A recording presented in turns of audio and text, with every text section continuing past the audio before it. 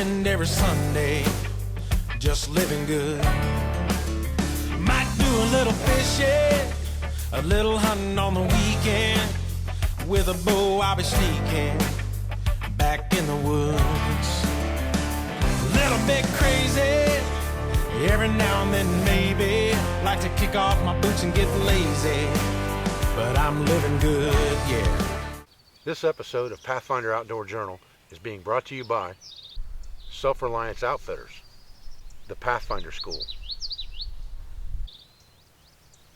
Duluth Pack, Battle Horse Knives, Short Lane Arms, Lansky, Survival Resources, Carbon TV, and Survival Life.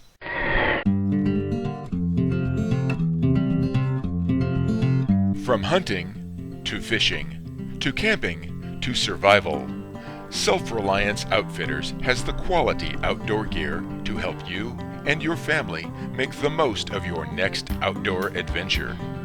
Visit us online at www.selfrelianceoutfitters.com. Outdoor gear for outdoor people. At the Pathfinder School in Southeast Ohio, we train hundreds of people each year in short-term emergency survival, emergency preparedness, self-reliance, and sustainability. We train individuals, families, and groups with low instructor-to-student ratios to guarantee the best possible training environment for your money. To join us for an upcoming class, please visit our website at thepathfinderschoolllc.com. Duluth Pack, handcrafted in Duluth, Minnesota since 1882. True outdoorsmen like Dave Canterbury have been using our canvas and leather products for over 130 years. Our American-made, time-tested craftsmanship makes Duluth Pack the only gear you'll need for your next adventure. Hunting, fishing, bushcrafting, camping, canoeing, business gear, backpacks, all this and more at duluthpack.com.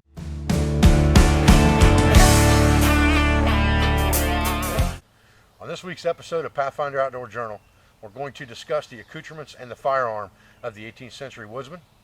Then we're going to travel to Missouri to the Ozarks to hunt Russian boar with our 20 gauge Flintlock firearm. To the 18th century woodsman, his fowler, or his musket, as it was commonly called, would have been the difference between his life and his death. It would protect him from renegade Indians, but it would also provide table fare for the cabin along the settlements or for the campfire while on a trek or a scout.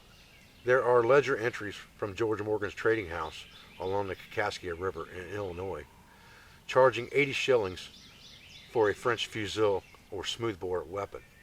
Oftentimes, a decent hunter that signed on to a bateau for a long hunt with George Morgan would make about 80 shillings per month.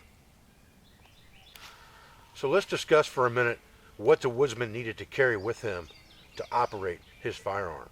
We know in modern times that we need to carry certain things with us when we hunt in the woods with our firearm to take care of daily maintenance as well as firing and operation of the weapon itself. The Flintlock musket is based on flint and steel technology.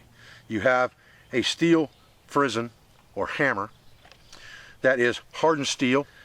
You have a hammer that has a piece of flint in the jaws. And you have a pan that holds your powder here with a vent at the end of the barrel here that goes into the chamber, so that when you put powder into the chamber, you have a hole that connects to that chamber of powder. When priming powder or a priming load is placed in this pan and the frizzen is closed, you then put the weapon on full cock, and when you pull the trigger, the flint strikes this frizzen, pushes it forward and out of the way, driving sparks into the pan, igniting that powder, which then travels through the hole to create ignition in the firearm. Besides his firearm, the woodsman would always have a shot bag and a horn. His shot bag would carry any accoutrements that he needed for not only daily maintenance of the weapon, but also firing the weapon. His horn would contain the powder that he would use oftentimes for both loading and priming. Connected to my bag, I have a small piece of copper tubing that's smashed on one end that gives you the proper measure by volume of both powder and shot for loading the weapon. Shot bags were generally a simple affair. One pouch generally, sometimes with an inner pocket of some type, that carried the implements that you would need to fire the weapon as well as daily maintenance. There's one tool inside this shot bag, and it's called a napping hammer.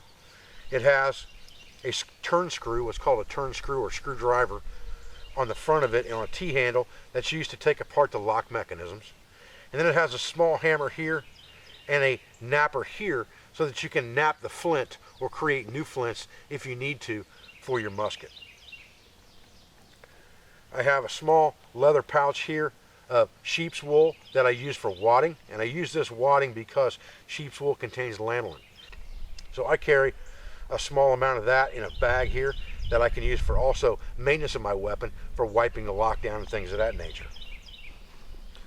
I have a small piece of fabric here, this is just Osnaburg, that I can use for patching or wiping down the lock if I want to.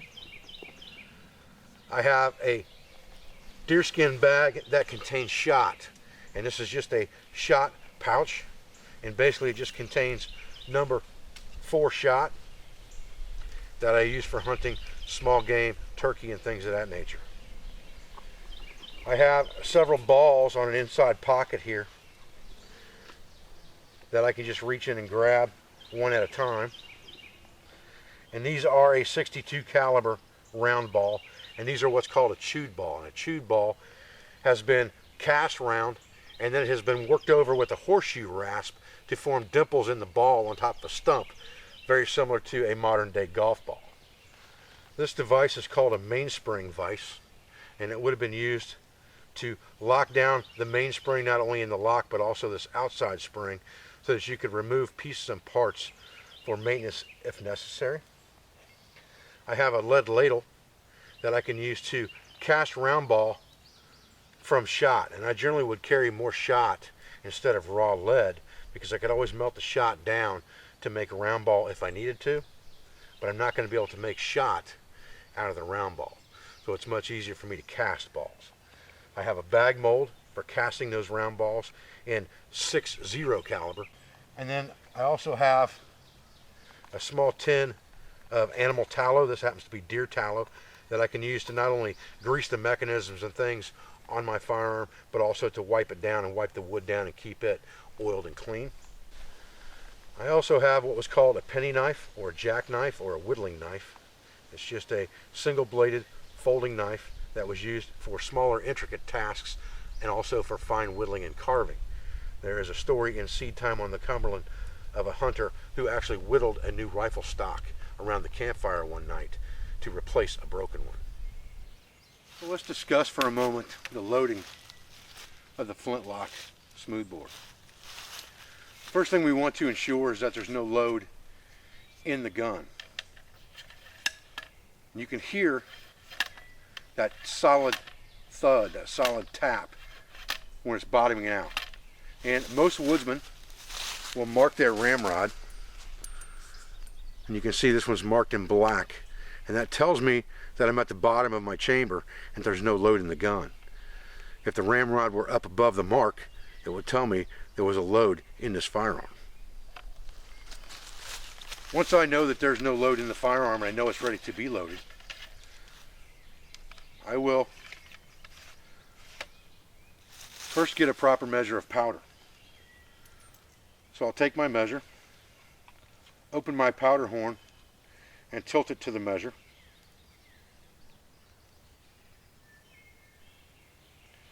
Filling it to the proper volume, and then replacing the plug.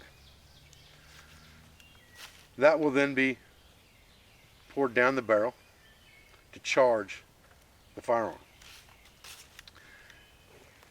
The next step is to place a wad in the firearm, and I'll just take a piece of sheep's wool, stuff it down the barrel with my finger, and then take my ramrod, always keeping the muzzle away from me, even though there's no way the gun can fire without powder in the pan and without the hammer being down and the cock being cocked. But for safety's sake, we always want to keep the muzzle away from our body.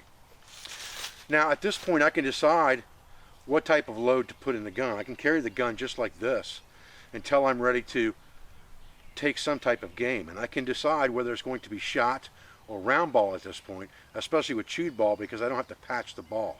I can just shove the ball down, ram it home, and because it's been a chewed ball, it will hold friction against the inside of the barrel, and I won't have to put any kind of overcard or overwad on that. If I decide to use a shot load, I'll need an overwad. So in this case, we will go ahead and shoot a shot load. So we would take our shot at that point from our pouch, and we would do the same thing. We would get a proper measure of our shot, and we would fill our volume to the top.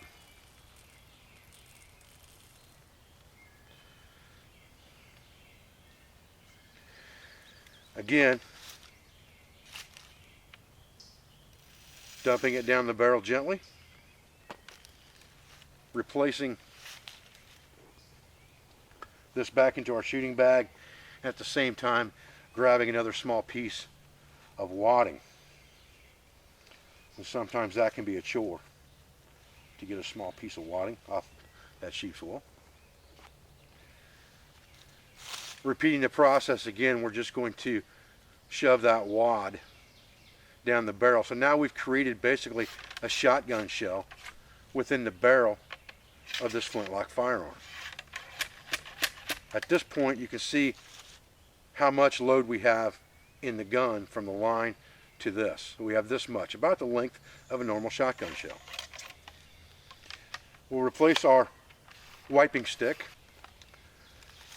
and now we are ready to charge the pan so that the weapon is ready to fire. And to do that, we put the weapon on half cock. We again open up our horn, dumping enough powder in the pan only to fill the well. And there is a well in this pan that you can see right here. You can see the well, and you'll load that and close the hammer. At that point you're on half cock, and even if you pull the trigger, the weapon will not fire. It has to be cocked fully before it will fire. At this point we're ready to discharge the weapon. We can put it to full cock.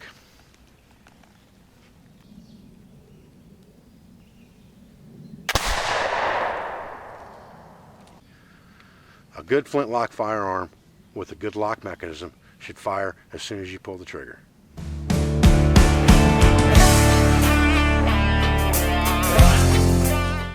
Battle Horse knives are heirloom quality knives, built for the outdoorsman by outdoorsmen. With years of experience, Battle Horse makes the best quality knives on the market today and stand behind their knives with a 100% lifetime guarantee. From the PLSK Scout to the Trapline Companion to the Nesmic and everything in between, Battle Horse can make a knife to fit your needs. Whether I'm hunting, fishing, trapping, or just recreational camping, a Battle Horse knife is always on my side. At Short Lane Arms with sub-caliber adapters, they make your single-shot 12-gauge shotgun a one-and-done for your hunting arsenal. With everything from rimfire cartridges in 22 long rifle to 17 HMR to centerfire pistol cartridges in 38 caliber to 45 ACP. The greatest versatility with the Short Lane Arms sub-caliber adapter is in the 8-inch rifled adapter models. You can match your sidearm to your 12-gauge shotgun with an 8-inch rifle adapter to make it even more versatile than a shotgun alone. Hi, I'm John McCann from Survival Resources. We specialize in custom survival kits, all the components necessary to build your own survival kit, and emergency preparedness products. Check us out at survivalresources.com.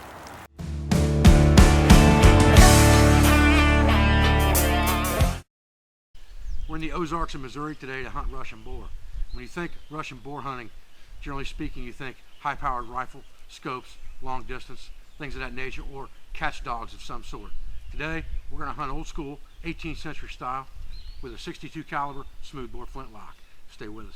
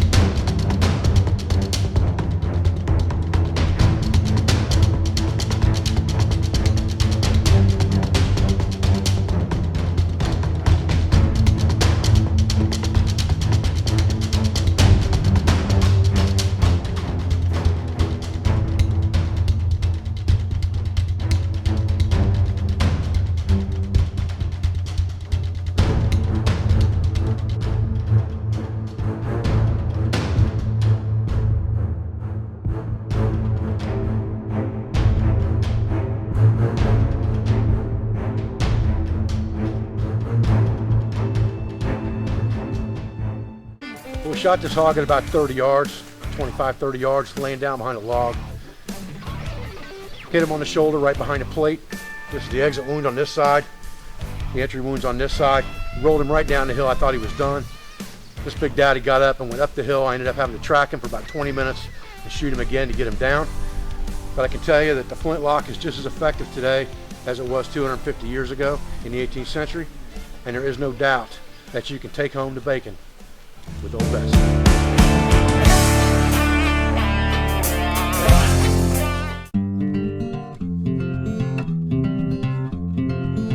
From hunting to fishing to camping to survival, Self-Reliance Outfitters has the quality outdoor gear to help you and your family make the most of your next outdoor adventure. Visit us online at www.selfrelianceoutfitters.com. Outdoor gear for outdoor people.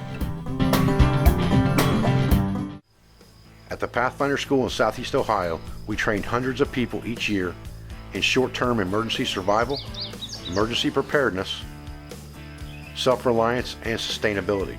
We train individuals, families, and groups with low instructor-to-student ratios to guarantee the best possible training environment for your money.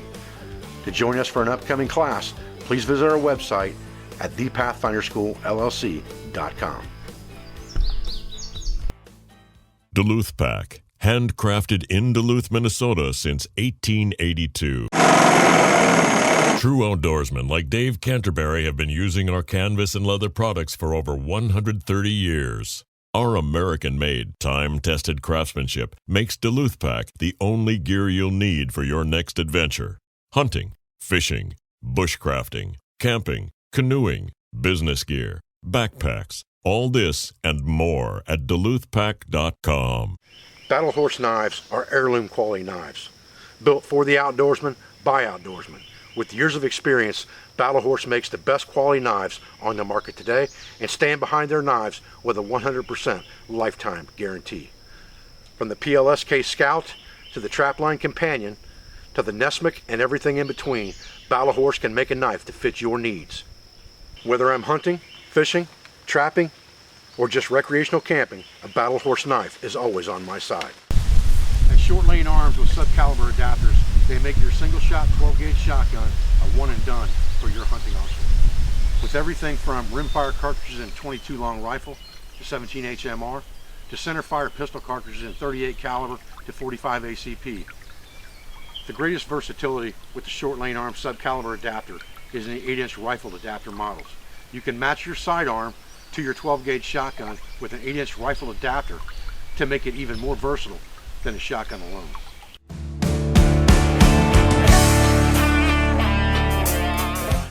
This week's survival tip on Pathfinder Outdoor Journal is brought to you by Carbon TV. The 18th century woodsman many times used flint and steel to start his fires. Flint and steel technology is what operated his flintlock firearm.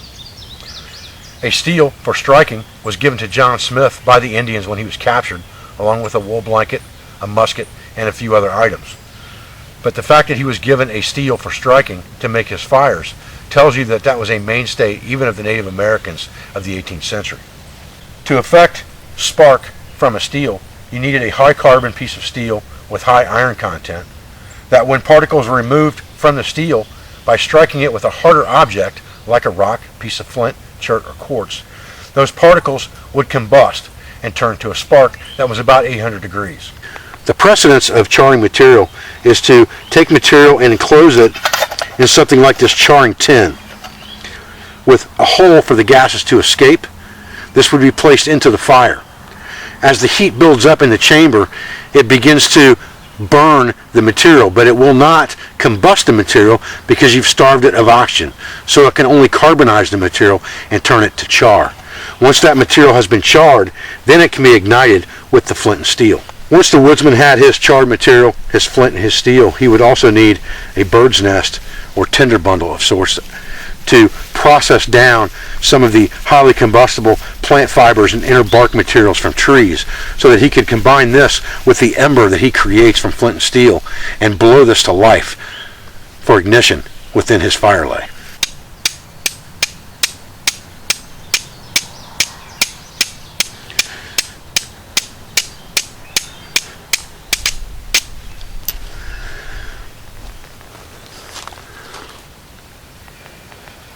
And you would just pick and choose what you moved. And then close the lid to put the rest of your char out to use for the next time.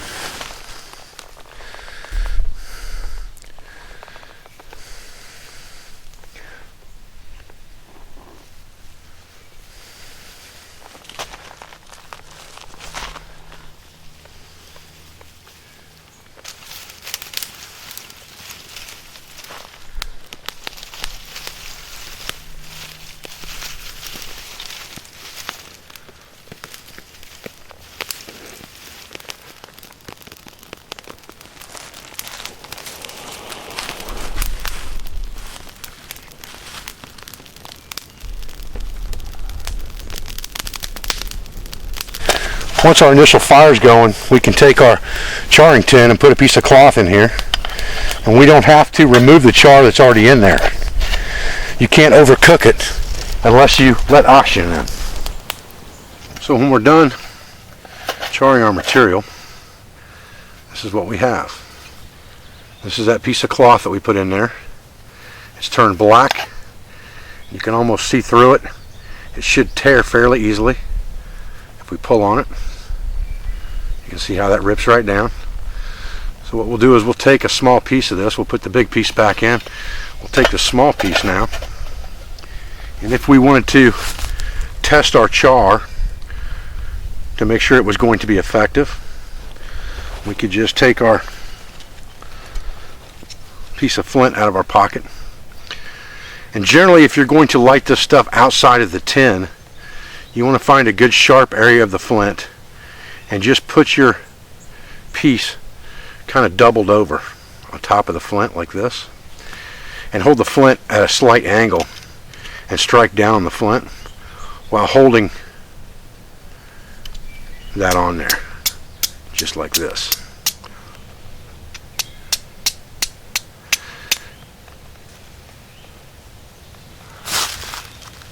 And all you're trying to do is bounce sparks on top of that charred material. And that piece will burn for quite a while to help you ignite your bird nest or your tinder bundle.